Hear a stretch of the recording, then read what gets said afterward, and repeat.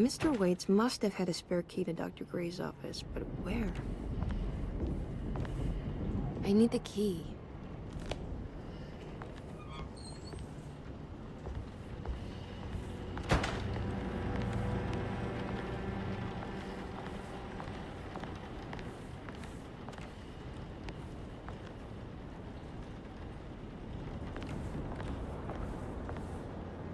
I don't know the combination. Wait, maybe I do.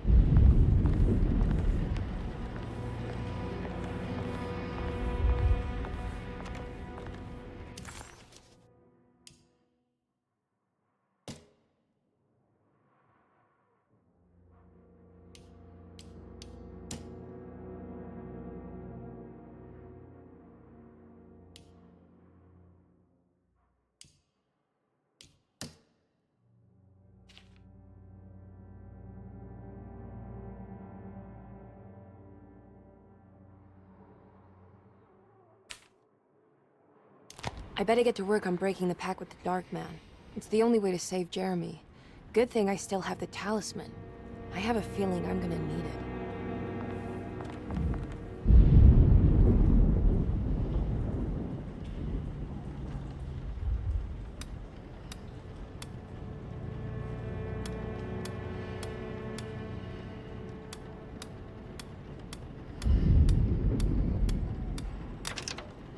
It worked.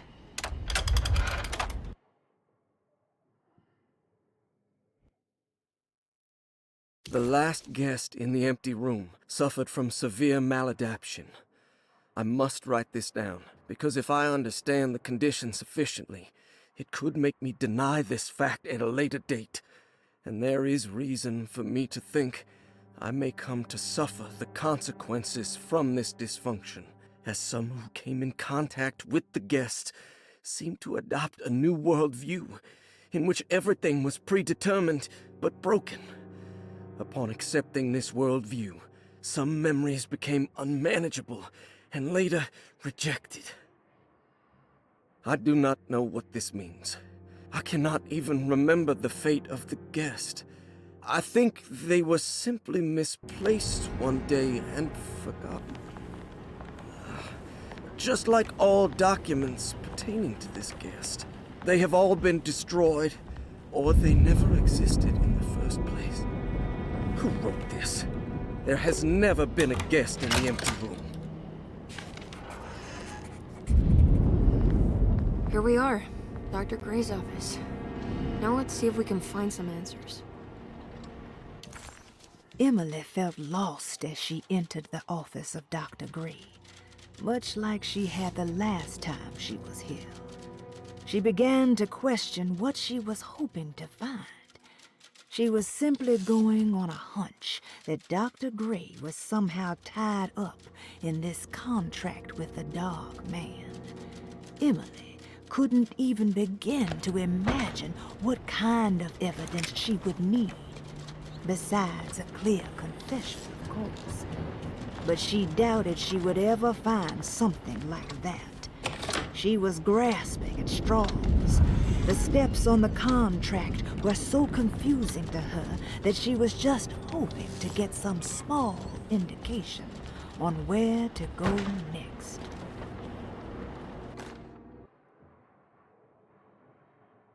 Dearest Dr. Manzetti, I find myself in a losing battle with my patient. As I've disclosed in my previous letter, his delusions have him completely captured. It's bad enough that he is torturing himself with paranoia, but his madness turns out to be quite persuasive to others, effectively laying the ground for mass delusion. I am writing to you in hope that you can give me some guidance. Beyond my ambition to avoid devastating surgery on my patient, I have grown worried about my own defenses. The words of my patient are deranged, yet they often resonate with something primitive within me. I have tried photographing his brain with X-rays. It was surprisingly difficult to get good results. Dark blotches on the plates kept obscuring all details. My patient looked at the bad plates and cried out in terror, telling me the dark areas was the shadow of the worm, eating him from inside. I could not see anything out of the ordinary.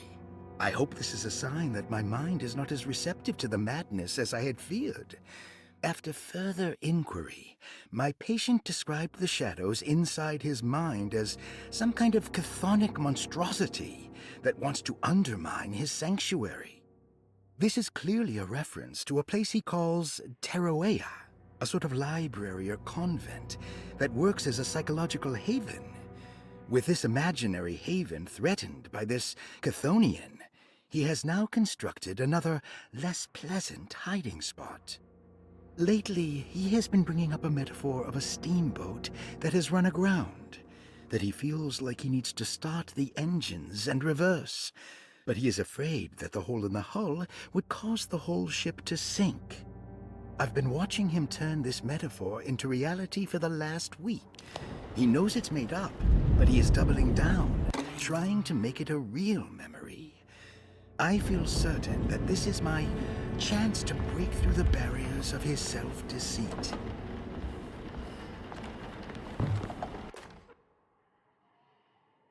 I have finished tidying up Miss Beauregard's belongings. I will leave it to you to contact her agent and have them collect her things.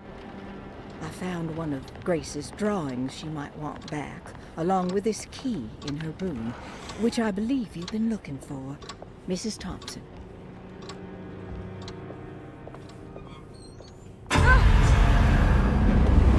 This can't be.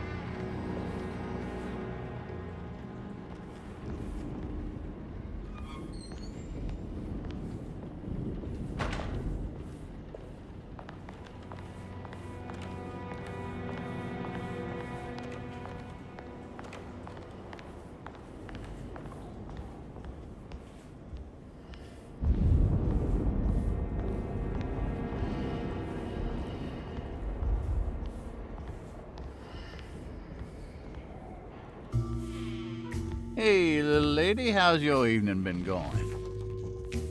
Ups and downs, I suppose. I hear that. We all live in the life of an elevator operator. Are you alright, sweetie? Do you want to see my mask, miss? I'm making it for St. John's.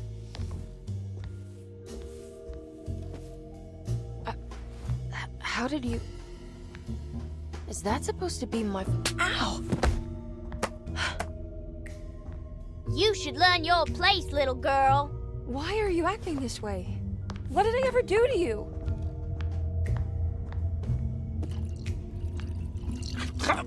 Grace! Grace!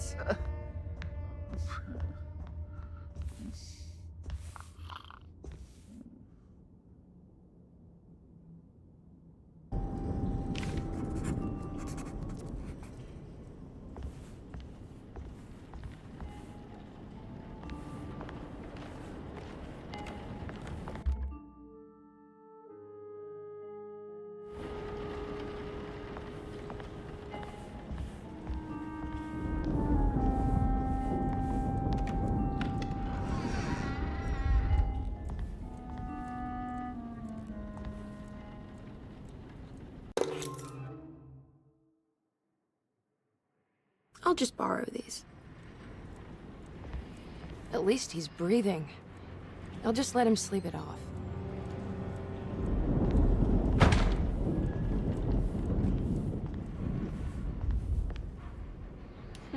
There's something missing.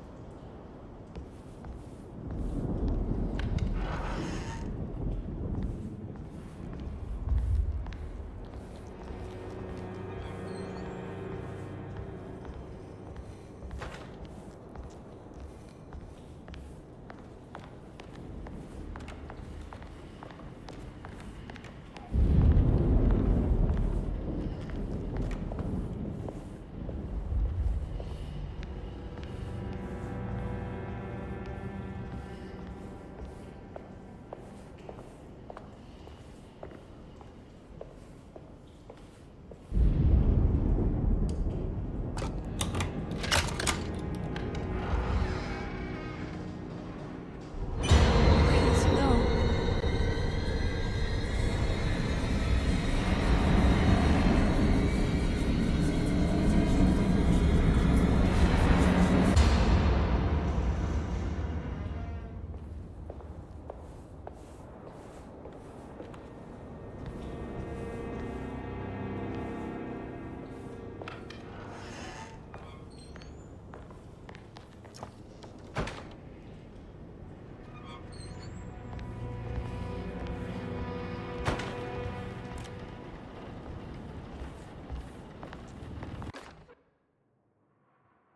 Sometimes, I think this place makes me worse. That Derceto might be my grave. A coffin made of ostentatious architecture. A Taj Mahal for the drunken depressed. There's something about Derceto. Something about Dr. Gray. Like we all pretend that we're here to get better, when in fact we are here to be forgotten.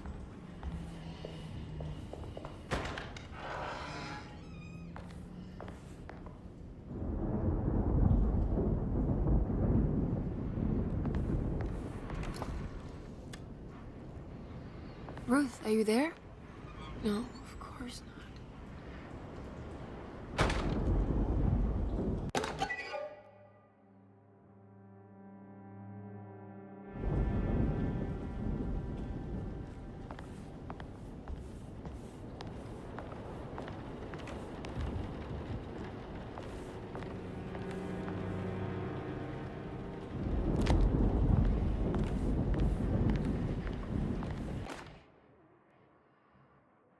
Castle built the zoetrope as an exercise in animation. He is very interested in moving pictures, and has even ordered an aeroscope camera for the colony. I'm looking forward to seeing what kind of phantasmagoria he will produce.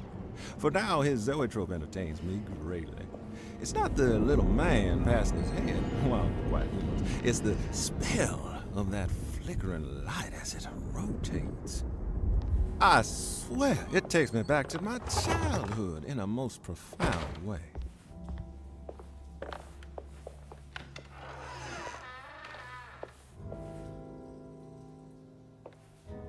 What is going on here?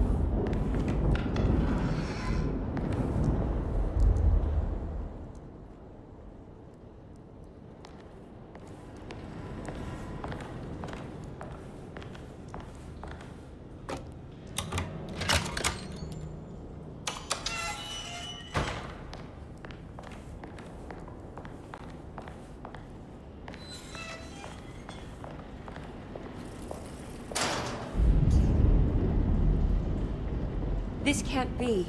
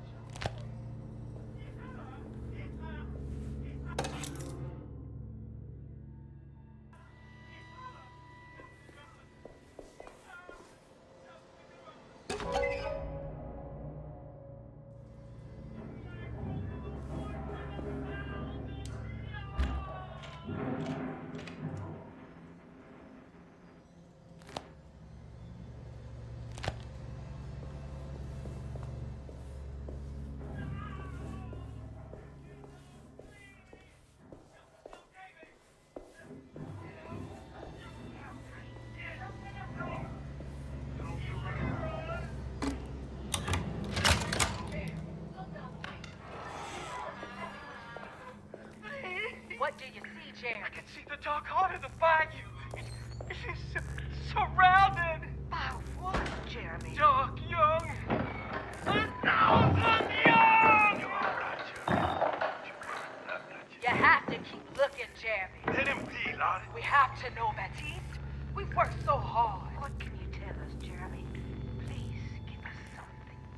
I hear voices. What do you hear, Jeremy? Whisperings. A giant. It's the young. They're praising her. The mother. Tell us what they are saying.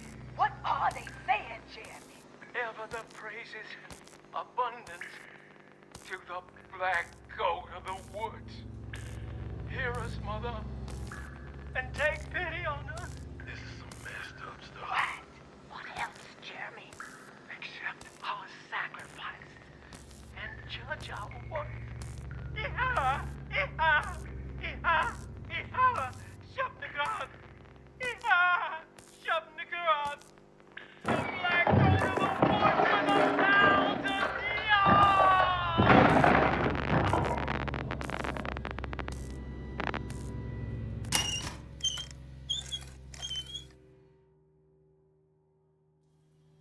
What's this?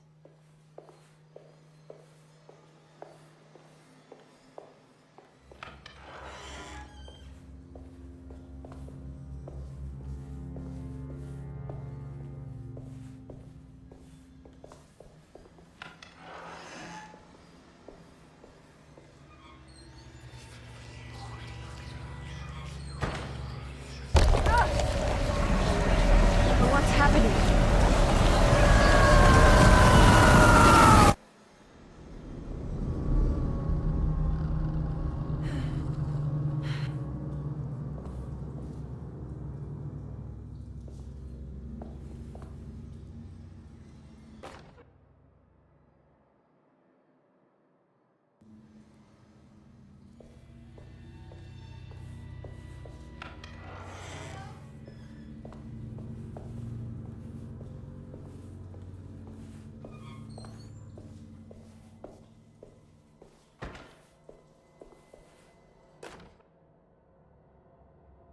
Radiography.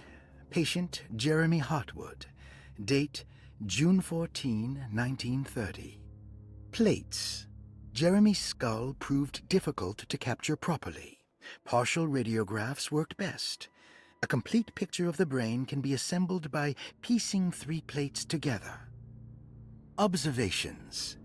Even when looking at an assembled version, a shadow covers significant parts of Jeremy's brain.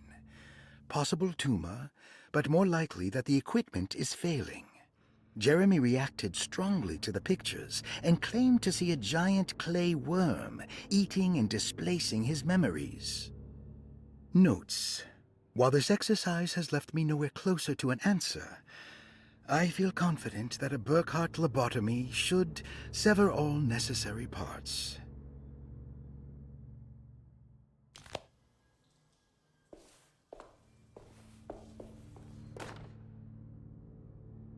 Hypothetical psychosurgery based on the ideas by Burkhardt and the St. Petersburg research could end up saving Jeremy's mind. Severing the connections around the frontal lobe would certainly solve most mental afflictions.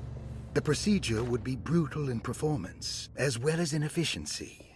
An ice pick pushed through the edge of the eye and into the skull would untether the nerves like Alexander cutting the Gordian knot. As this would likely leave Jeremy in a very different condition, all other paths should first be explored. The medical instrument I would need for this lobotomy is missing, and I should have Waits order a new one.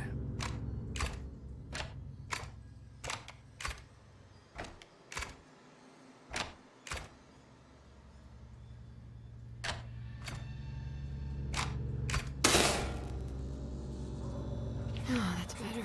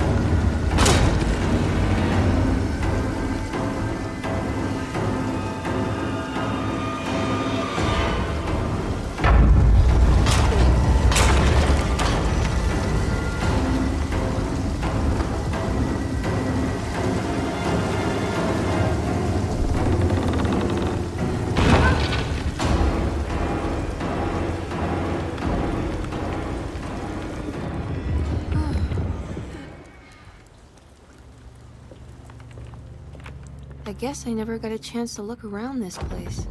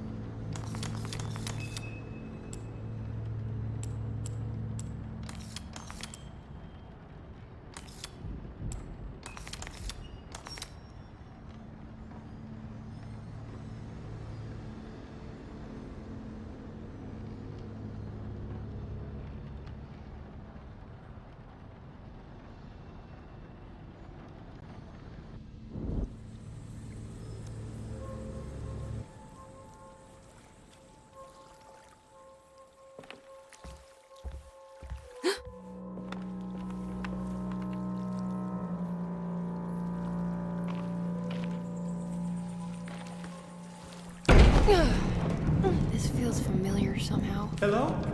Is anyone there? Jeremy, where are you? I'm stuck in the mud and the fire is taking me. Jeremy? Can you hear The me? motor is dead. I can't do anything more. Hang on, Jeremy. I'll get the boat running. I'll get you out of here. A ghostly voice sounding like Jeremy called out for help. Emily couldn't quite understand where the voice was coming from. It somehow seemed to be a part of the place itself. All she could make out was that Jeremy was stuck and needed her to get the steamboat running.